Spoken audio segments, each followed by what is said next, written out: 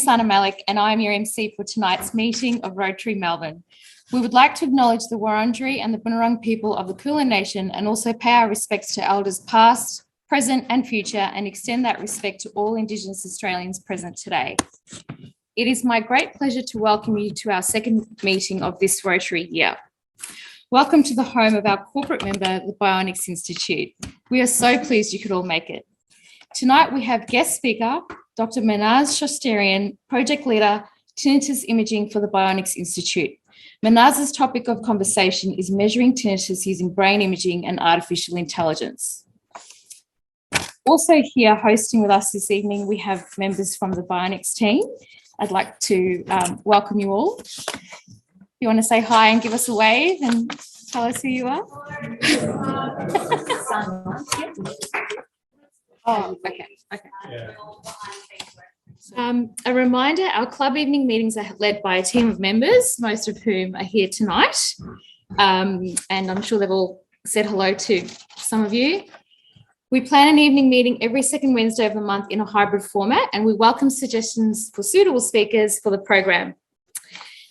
Before I begin, I would like to warmly welcome all of our visitors here tonight. So we have Leslie Weymouth-Wilson, guest of Peter Hanlon. We have Lisa Sheehan, guest of Kevin Sheehan. Vanessa Hall, guest of John Pebbody, although I think she's becoming a Rotarian because she's here at most of our meetings, which I love. Kenza Diary and Catherine Gill, who are my guests. Thank you for coming, ladies. Amanda Baitani, guest of Anthony Baitani. Kay Bailey, guest of Peter Bailey. Nova Gill and Amit Gill, who are guests of our president, Chris Soteropoulos. And online, we have Sarah Pantaleo, who's also a guest of Chris, as well as Professor Shoma, all the way from Luxembourg. And without further delay, I now want to hand over the meeting to our chair of the day, which is George Giamadakis. Thank you, Sana. Mine is a very brief role and a very good role, and that is to introduce Robert, CEO of the Bionics Institute, who will call upon our speaker for this evening. Thanks, George. You did that really well. Well rehearsed. Well rehearsed, thank you. It's my pleasure. I mean, I can't believe how many people from Rotary have come out in a cold Melbourne night to join us, but we're honoured. As some of you know, we joined as a corporate member of Rotary, I think, Melissa, was it 3 months ago? December. That's gone quick. We thought joining was good for you. It's actually been incredibly good for us. And we really appreciate the support you've given us. And the fact that you've come here tonight is a great honour for us. The person I'm introducing to you who's going to give this wonderful lecture that looks a bit confronting, I'm going to let her talk to you all about it. But I wanted to put her in perspective. When you come here and you're hearing researchers talk, you probably don't know where they sit in the pantheon of international research. And I know lots of people on the various news services that you'll hear tonight, you'll hear about breakthrough world's firsts. But what Manaz Shostarian is about to talk to you about is a world first. She is the world leader, and her team that she runs is the world leader in developing the very first objective measure for tinnitus. And you'll hear why that is so important later on. And how did she come about to do that? She joined us in 2017 with a vision of basically taking the concept of measuring brain imaging, using her skills in artificial intelligence and some of her collaborators and her data scientific skills, and then bringing that all together to come up with what she has so far. What you see is quite amazing. It's taken at least 10 years of work, and yet there's probably another 10 years to go. So without any further ado, I'm going to hand over to Dr. Manaz Shostarian, project leader of our tinnitus program, someone we're extraordinarily proud of, and I hope that you realise that the person giving you this talk is the #1 person in the world in this field today. Over to you, Manaz. Thank you very much, Robert, for the introduction, and thank you everyone for joining tonight. So, as Robert mentioned, we're working on a hearing condition called tinnitus. And tinnitus, as you may know, involves hearing sounds in the ear that aren't present externally. People describe the sound differently. So some people say it's like a simple tone. Others describe it as a ringing, humming, buzzing, all the way to a jet engine. And it can be quite debilitating. It affects about 1 in 10 adults, which is quite a conservative estimate. And in Australia, a recent study has shown that 1 in 4 of the working population has some form of tinnitus. In its severe form, and in Australia, that's about 700,000 people. In its severe form, it can lead to symptoms such as depression and being unable to sleep or work. The numbers are predicted to rise, and that's because we're all wearing headphones all the time and listening to loud music, which leads to hearing damage and tinnitus. It has significant economic impact as well. So there are lots of studies that have looked at that effect. And in the UK, it's estimated that about the cost of tinnitus management is estimated to be about £750 million. In the US, the Veterans Affairs Annual Report has reported as tinnitus as the #1 disability among veterans, with a cost of about $1 billion US dollars in disability compensation. So it's a big problem. The reason why it's still a problem, tinnitus, is that for any condition to be managed well, what's needed is an objective measure. So a test like a brain scan, for example, that can give clinicians information about the condition, leading to a diagnosis and prescribing treatments. And then for that test to be able to monitor the effect of those treatments. But for tinnitus, there are no reliable treatments at the moment. And one main reason is that there is no objective test. So there's no way to detect tinnitus, detect how severe it is, and also detect how it changes with treatments. And that's what we're working on, that objective clinical test. At the moment, clinicians can only rely on patient reports, which is not always reliable and not always enough to base treatments on. And this is an example of someone who started experiencing tinnitus and how the management went, so the management pathway. So this is a young student. She had a sudden onset of sound in one ear. She went to see her GP, who prescribed antibiotics in case she had an ear infection, which she didn't, and also to have a hearing test done. So she went to see an audiologist, had the hearing test done, which was normal. Being a student, she was doing a PhD at the time, she started doing her own research, her own reading, and realized that tinnitus, although it usually starts with some form of damage to the ear, but it soon becomes a brain issue. So different parts of the brain get involved. So she went back to her GP and said, I think I need to see a neurologist. This might be a brain condition. And the GP said, no, you don't need to see a neurologist, and referred her to an ENT, an ear, nose, and throat surgeon. So she went to see the ENT, who checked her ear and said, no, there's nothing wrong in the ear. So she did a bit more research herself, went back to the GP, eventually was referred to a neurologist. That Tinnitus Talk Support Forum is a website with thousands of people who experience tinnitus and just share information. So this is where she was getting most of her information from. So the neurologist got her to do an MRI scan and prescribed some medication, and it did stop for a while, but then it came back. This whole journey took about 6 months. So the management pathway for tinnitus is quite uncertain and not the way it should be at the moment. So, and we think that by providing a tool for clinicians to give them more information about what's happening in the brain, then this can be improved a lot and shortened. So an overview of the solution we're working on, we're using a non-invasive brain imaging technique called functional near-infrared spectroscopy. So we record brain activity using this brain imaging technique. We then use artificial intelligence to analyze those brain activity signals. And the idea is for us to have a device, a tinnitus measurement system that can tell a clinician, for example, that a person has tinnitus, how severe it is, and then how it changes with treatments.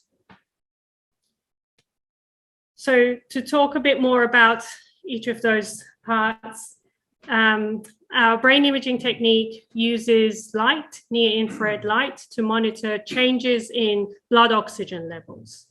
And it does that using a montage of, sorry, I'll just get this. It does that using a montage of light sources and detectors that we arrange on a cap, depending on which parts of the brain we want to study. And when a part of the brain is active, there's an increase in demand for oxygen. So we see a rise in what's called oxygenated hemoglobin and a drop in deoxygenated hemoglobin, which is a hemodynamic response, it's called. So that's a typical response that we expect to get when we're measuring brain activity in response to a stimulus. So this is a short video of our booth downstairs where we have this imaging technique. And just to show you a typical recording session. So that's the cap that has the light sources and detectors. We put it on and then record brain activity under different conditions. So when the person's not doing anything, just sitting still, and also in response to sound or visual patterns on the screen. There are other imaging methods that are used to do tinnitus research, but the technique that we're using, which we call FNIS for short, has a number of advantages that we think will make it suitable for eventual clinical use. And the advantages are that it's portable, it's cost effective, it's a lot cheaper than an MRI machine, for example. It doesn't have that scanner sound that MRI machines have. So it operates quietly and it's more suited for tinnitus and hearing research. It's safe to use because it uses light. It's safe to use with implanted devices. It's non-radioactive, unlike a PET scan, and also you can use it with other electrical equipment around. There won't be any interference from other equipment. This is a typical signal that we get from the device, an output from the device, and this is a signal from one location on the brain or one channel. And what usually happens for the analysis is that we record the signal, then we use some mathematical equations to convert it to oxygenated and deoxygenated hemoglobin levels. From those signals, usually what happens is that you could extract some signal features, for example, the amplitude of a signal, the frequency of a signal, all different features. And then what usually happens in research studies is that you do group comparisons. So, for example, you take brain imaging signals from a group of people who have tinnitus, a group of people who are controls who don't have tinnitus, and then you compare them at a group level. What we're using artificial intelligence for is to replace those last two steps. And I'll explain a bit more about why we need to do that. So what do we mean when we talk about artificial intelligence? Artificial intelligence, as we were just talking with one of the members, is a very broad field. But at its core, what it does is use mathematical methods to take signals, in this case, from the brain. And the main steps are that you would take features from the signals, for example, the frequency of the signal. Now, I did say we record from different parts of the brain. So from one person, you would have 40 different signals from 40 locations on the brain. And we're recording under different conditions. So that's a big data set with a lot of features for one person. So then what we need to do is feature selection. So you select, using different methods, you select the features that have the most amount of information. And then you use those to train classifiers.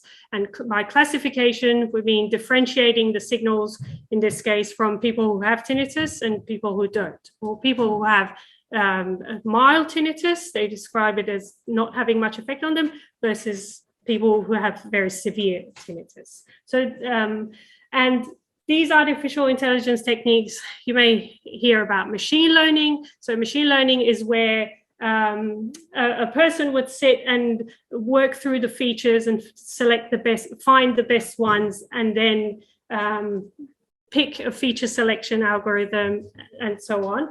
That's machine learning, whereas deep learning is where most of that is done automatically. So you would you would input the recorded signal, and all those steps would be done automatically. And there are advantages and disadvantages to both, and we're sort of working on both techniques. But that's what we mean by artificial intelligence. Now, why do we want to use artificial intelligence? In most research studies that use conventional statistical techniques, they assess differences between signals at a group level. So, on average, where we say people with tinnitus have higher or lower frequency brain activity compared to people who don't have tinnitus. But for clinical applications, those averages aren't very helpful. What we need is to be able to take data from one person and say how likely that data set from that one person is to be from someone who has tinnitus or doesn't. So we need to do what's called single subject prediction. And artificial intelligence techniques are, that's what they do. They're suited to do that kind of single subject prediction. They take all the data, build a model, but then you can test someone new and it'll tell you what is the likelihood that this person's data is showing tinnitus or not. And the figure below gives an example of how we compare group comparisons to single subject prediction. So if you imagine that in panel A, that each of those dots is a brain imaging feature for one person. This is simulated data, but that's what it's meant to show. So you have two groups, group 1 and group 2. If we do a group comparison, that p-value at the top, which is 0.001, says that on average, group 1 and group 2 show a difference. But if you run an AI method and perform classification, so taking one data point, the likelihood that we'd correctly assign it to group 1 or group 2 is only 60%. So those two methods are giving us different forms of information. In panel B, the group averages aren't that different. That p-value is 0.86, so it's higher, showing the group at a group level, the averages aren't very different. But if you take a single data point, then we're 94.5% likely to assign it to the correct group, group 1 and group 2. So that group level comparison that's usually done in research is important and gives us sort of high level information. But for clinical applications, we need to be able to classify with high accuracy. So what impact would an objective measure have? If we develop, once we've developed our objective test, how would it impact clinical practice? Well, it would support doctors with a diagnosis, so doctors don't have to just rely on the person telling them how they feel. They can have something objective to give them information about a person's tinnitus, and that objective measure would also determine how severe tinnitus is and whether treatments are having an effect. So we have people with tinnitus come here for research, and we ask them if when they wear their hearing aid, does it help their tinnitus, for example? And a lot of times it's, well, I'm not sure some days it helps, some days it doesn't. So it's not very reliable. What we need is a test to tell us about those treatment effects. The other thing it can do is identify tinnitus subtypes. At the moment, tinnitus is a very general term. Anyone who has a constant ringing in their ear or sound in their ear, we say they have tinnitus. But tinnitus can present in different forms. Some people experience it on one side, some people have it on both sides. For some people, it's very annoying. Some people live with it and don't really think about it. So the idea is that there are different subtypes that we can identify with this objective measure and then guide them towards the right treatment. It can also help develop novel tinnitus drugs. So if we have an objective readout of how a drug is affecting tinnitus, that would accelerate getting through regulatory approvals, for example, for drugs. So just to tell you a bit about what we have done to date, at the end of 2020, we published results from an initial study, which was fairly small, 25 tinnitus patients and 18 controls. And we showed that we could differentiate the tinnitus signals from controls with 78% accuracy and a mild versus severe level of tinnitus with 87% accuracy. That study attracted a lot of media attention for its novelty. And since then, we've had over 500 people contact us to ask about the study or to ask to participate in our study. And that's from all around the world, not just here. We've also filed 2 international patent applications. We've collected more data, so that initial study was small, I mentioned. We've now tested about 170 tinnitus patients. We've also added an additional measure. So a big problem in tinnitus is stress. A lot of studies have shown that people who have tinnitus have high levels of stress compared to people who don't have tinnitus. And it's not very clear whether it's the tinnitus causing stress or the other way around, but these 2 symptoms often coexist. So we're using heart rate as a measure of stress, adding it to our algorithms, and we've managed to increase the accuracy of detecting tinnitus from non-tinnitus and also severity of tinnitus. And what we need to do next. So the picture on the right is our lab downstairs. At the moment, the imaging system we use is research grade. So we need a computer to run the imaging technique. We need another computer to apply the sound or the visual patterns that we record in response to. And also the imaging device has a lot of features that you wouldn't need in a clinic. So what we aim to do is to develop clinical grade hardware with our algorithms integrated that can be easily used in a clinic, and it's lower cost than the imaging system that we have at the moment.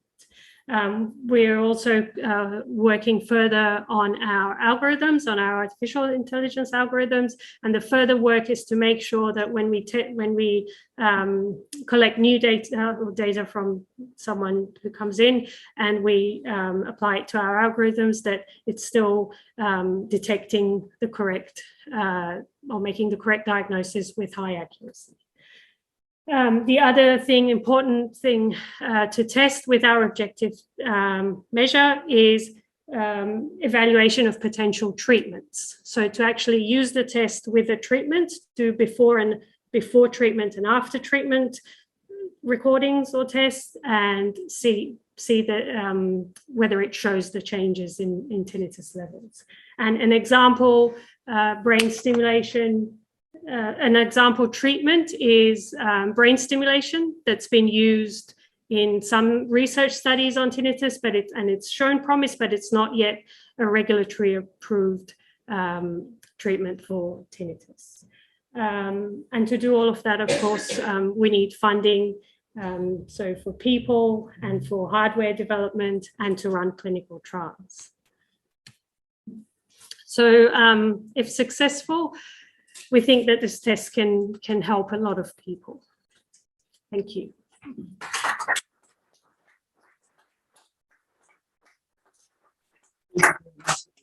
That's most amazing. I'll call for any questions if people have got any.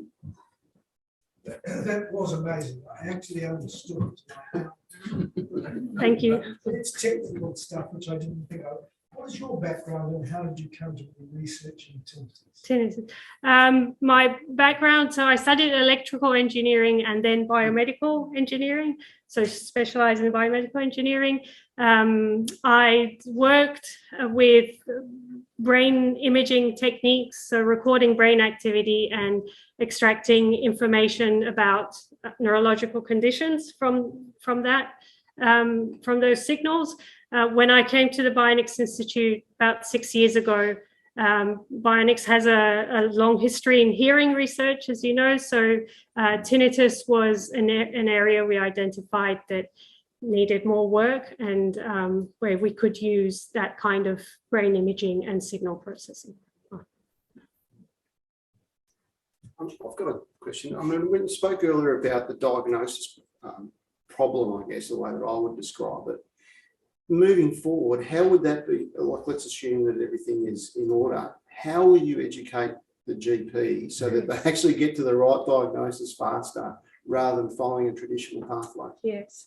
So that's, I guess, the business model side of things, which Robert has been working on.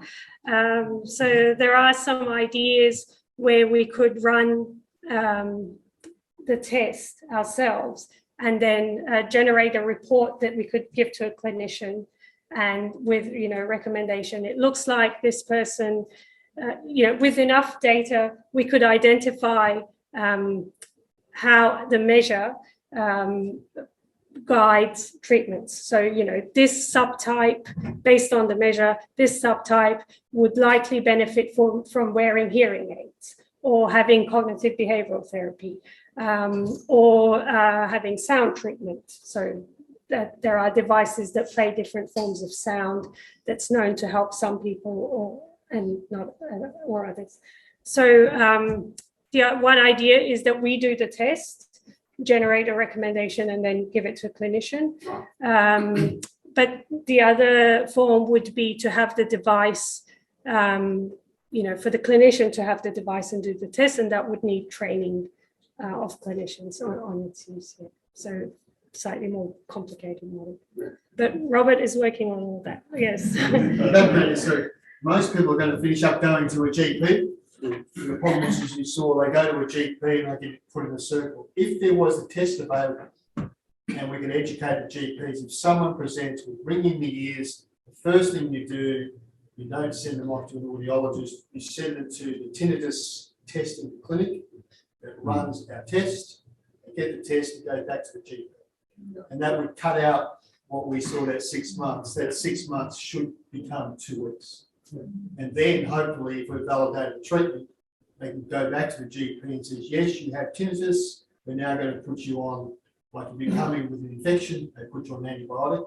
You can now come in, that's our hope, come in, test it, you have tinnitus, there's a drug for you or treatment for you, let's see how you go. That's our vision. And with that vision, given everything, so realistically, how far away do you think that might be? It's a good question. So, I mean, Menez doesn't like me saying this, but we think in 3 years' time, we could have, and taking what she's got, to have our first clinic operating within Melbourne, providing this test. The question is, if people coming in with someone who doesn't know if they've got tinnitus or can't prove it, does a test, gets a positive result, what would happen to them then? As you saw in Menez's talk, where there are treatments that we think could work. So we're looking to get those clinically developed. But there's also a number of techniques that are being used at the moment that people think could work, but there's no way of knowing it. But there's a bit of black art. I think you used the word before, someone used the word tonight, shamanism. But some things, people come in with tinnitus, get treated, and they come out okay.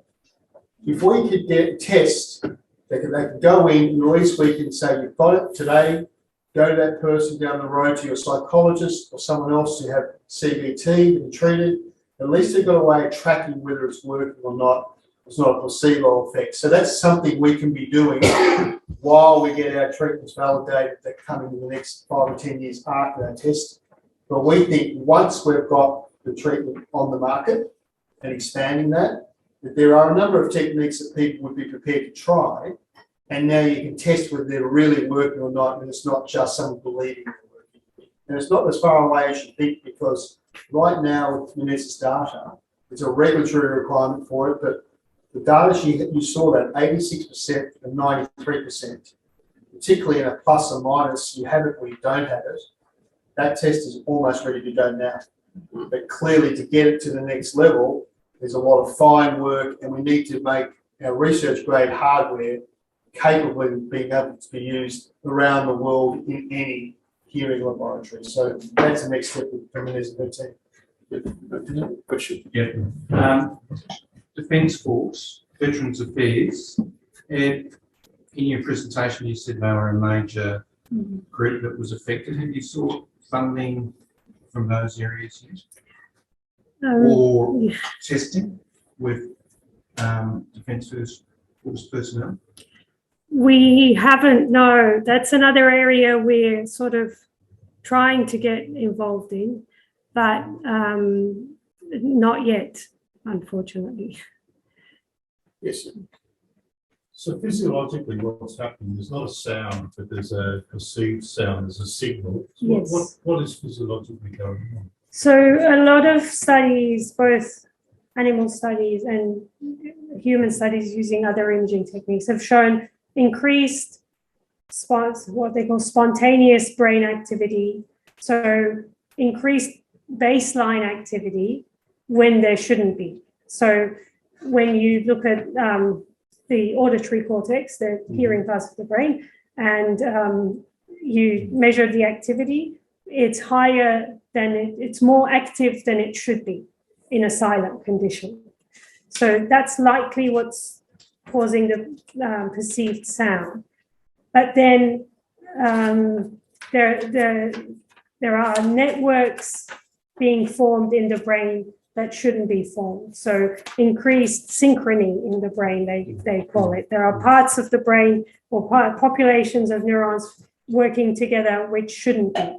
So, for example, temporal frontal activity has been shown to be increased, or temporal frontal correlations have been shown to be increased in tinnitus, which might explain why some people find it very annoying. So more to do with frontal regions of the brain, whereas some people don't find it annoying. They just say, yeah, it's a noise there. So, yeah, the common understanding is it starts with some form of damage to the ear, then it gets the brain involved, different networks in the brain, and the differences in those networks is what causes the differences in symptoms that people So once that experience. neural pathway has been created, Yes. you're stuck with it? Well, at the moment, that's the case for most people. But because of treatments like brain stimulation, that shouldn't be the case. We should be able to break that this abnormal synchrony in the brain. It's just identifying. So, for example, most research studies on tinnitus that use brain stimulation stimulate the left side of the brain, but then not everyone gets the benefit. So it's likely that some of those people should be receiving right side stimulation or frontal, or so. But at the moment, there's no way of knowing which part of the brain should be stimulated. So if we can use brain stimulation with an objective measure to show which part of the brain should be stimulated, that would increase the chances of success. So I know there are a number of people who've got questions, but we'll have to take two more and then probably wrap it up. So, yes. Just kind of a follow-on question from that. When you say that the original cause is damage to the heater, I think we are aware very much it's about noise, and we're concerned about people with earbuds, earphones, and whatever. What are the prevention messages? I mean, are there other causes of damage to the ear other than loud sounds or loud music? There's something else created. Yes. So age-related hearing loss, just age-related loss of hearing, that can also lead to tinnitus. And also some drugs. A side effect of some drugs is tinnitus, so some form of ototoxic damage. But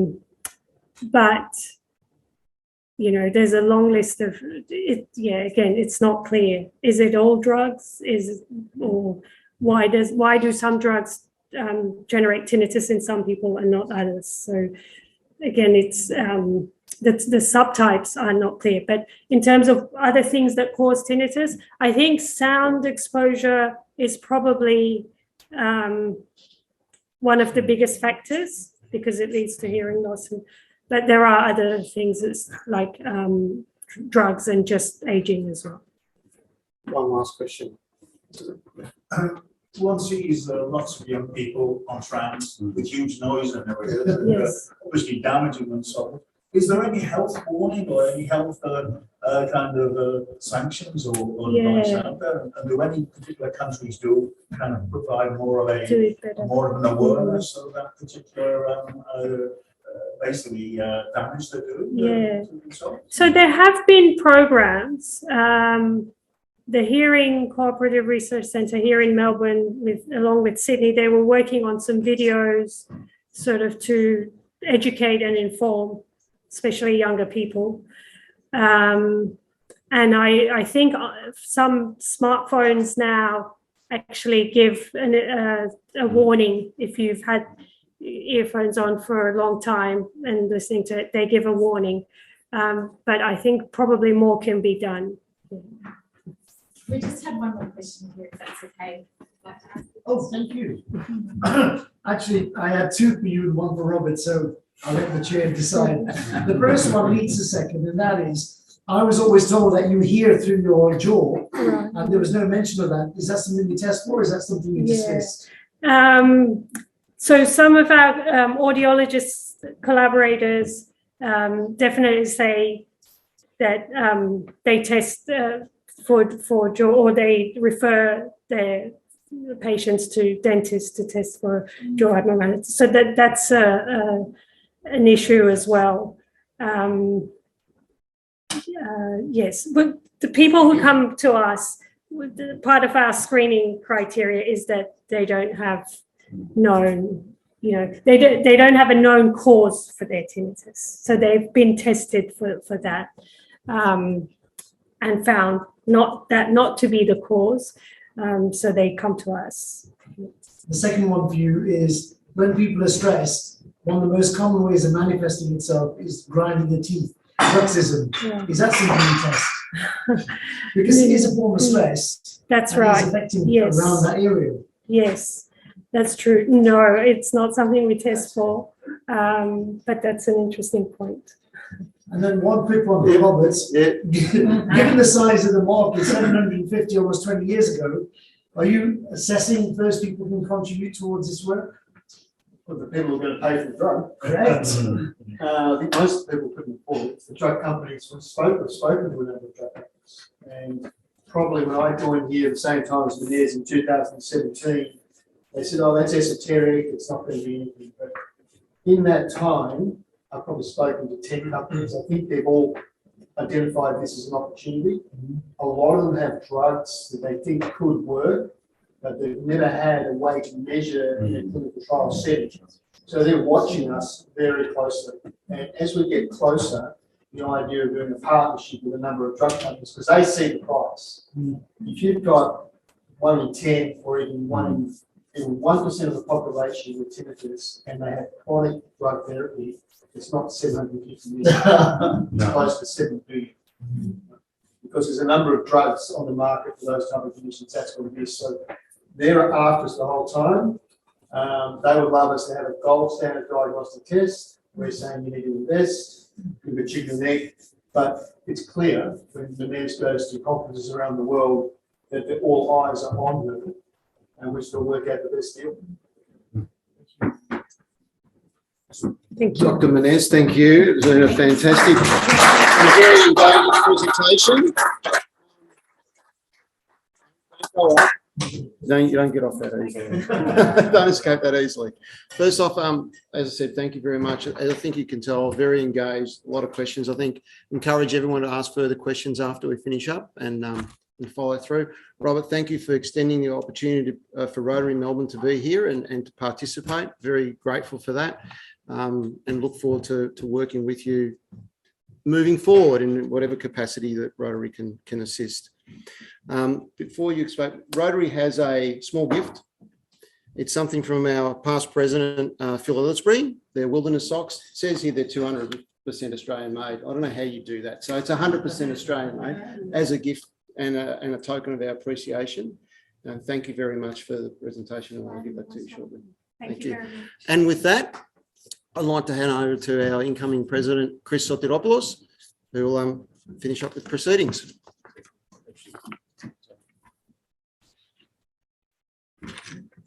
Thank you to the Bionics Institute for hosting, including guest speaker Dr. Menez Shestarian and Melissa McShane and team, and of course the leadership of Robert Klubex for tonight. And now in closing, I'd like to thank also the evening team members, Dasun, Sap, Stephen, George, Sana and Yadan.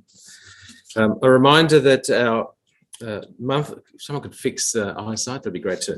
A reminder that our monthly evening meetings will continue to be mostly on the second Wednesday of the month. However, we will miss August and be back for a very special September meeting on the 13th of September for a gathering of kindness, a celebration with the Hush Foundation, which works for the welfare of health professionals and patients through music.